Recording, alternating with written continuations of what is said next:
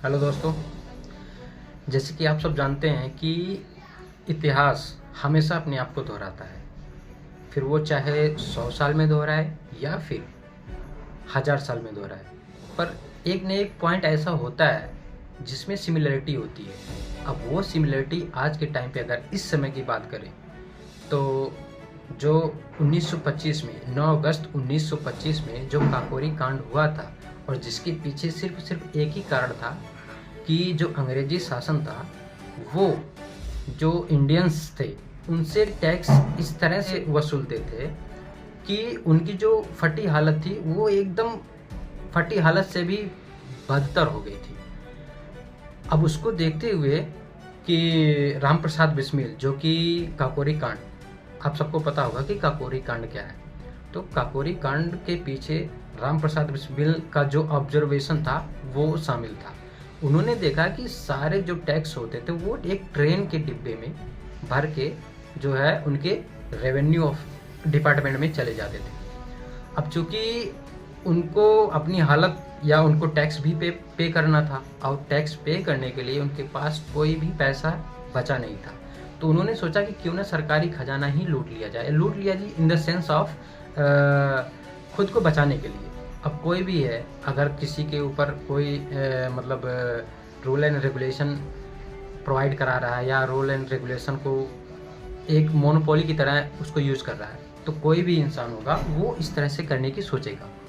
तो जाहिर सी बात है उन्होंने इस तरह से काम को अंजाम देने के लिए अपने दिमाग में एक रोड मैप तैयार किया जिसमें उनका साथ दिया क्या नाम है, अशफाक उल्ला खान और मनमथ नाथ गुप्ता, जो कि जाने माने ये लोग स्वतंत्रता संग्राम सेनानी हैं।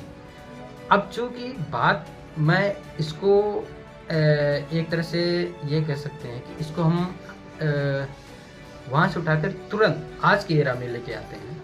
तो बात करें यशस्वी जो कि स्टूडेंट्स के साथ जो भी की है वो तो आप सबको पता होगा। तो अब उस मुहिम को जिस तरह से राम प्रसाद बिस्मिल ने उसको ऑब्जर्व करके उस कांड का या उस रॉबरी का अंजाम दिया, हालांकि वो रॉबरी कह सकते हैं किसी टाइम पे, बट वो रॉबरी नहीं थी उन लोगों के लिए, वो तो खुद को जीने के लिए या खुद को बचाने के लिए एक मुहिम थी जो सरकार से उन्होंने लड़ाई लड़ी। आज की डेट में वही काम अभिनय सर कर रहे हैं वो अपने तरीके से, क्योंकि यशस्वी से जो मांग कर रहे हैं वो एक छोटी सी मांग है और उसको यशस्वी आयोग जो है वो सुनने को तैयार नहीं है। तो जस्ट बिकॉज ऑफ दिस कि उन्होंने मैथमेटिकली यानी मैथमेटिक तरीके से उन्होंने ये बताया कि यशस्वी आयोग किस तरह से बच्चों से या स्टूडेंट्स से जो टैक्स वसूल कर रही है सवाल को गलत पूछकर, तो सेम अगर देखें सेम लाइन या सिमिलरिटी इन दोनों के बीच वही है कि टैक्स किस तरह से यानी कि अवैध तरीके से किस तरह से लिया जाए। तो जाहिर सी बात है जिस तरह से राम प्रसाद बिस्मिल परेशान होकर वो इसमें भाग लिए, उसी तरह से 100 साल बाद आज यानी कि 3 दिन पहले जो कह सकते हैं कि 6 अगस्त को होने वाला है, तो जो कि धरना प्रदर्शन देने वाले हैं सब, तो उनके पीछे क्या कारण है? सिर्फ एक ही कारण है कि अवैध तरीके से जो पैसे वसूलना बच्चों से जो भी है, तो ये सिस्टम के खिलाफ है।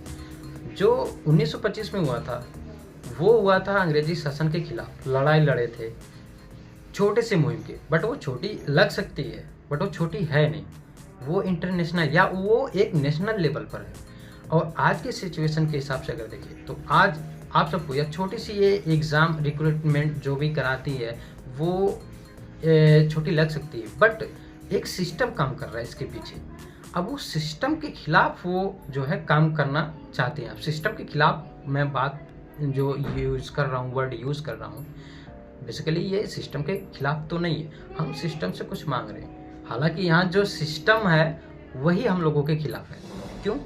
क्योंकि हम सब जानते हैं कि फंडामेंटल राइट्स में हमारा जो फ्रीडम ऑफ स्पीच है 19 आर्टिकल 90, तो उसके तहत हम बोल सकते हैं, अपनी आवाज़ उठा सकते हैं, अपनी मांग को रख सकते हैं। बट सरकार हो, कोई भी हो, पॉलिटिशियंस हो, वो सुनने को राजी नहीं होते।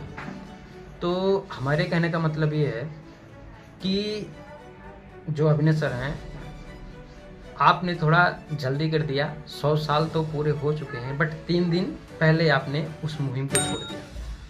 तो अगर ये 9 तारीख को होता तो और भी बेटर होता, बट कोई बात नहीं है। यहाँ पे कोई जो है रिस्ट्रिक्शंस नहीं है, यहाँ पे कोई ये बोलते हैं कि वन डायमेंशनल यूनिवर्स नहीं है। यहाँ पे मैनी डायमेंशंस एग्जिस्ट करते हैं इन यूनिवर्स में। तो हमें ज़रूरी नहीं है कि हमें किसी चीज़ का इंतज़ार करना चाहिए या जो भी है। तो उस चीज़ को हमें अपने माइंड में ज़रूर ध्यान रखना चाहिए कि हमें किस वक्त, किस वे में और कैसे हमें किसी समस्या को टैकल करना है।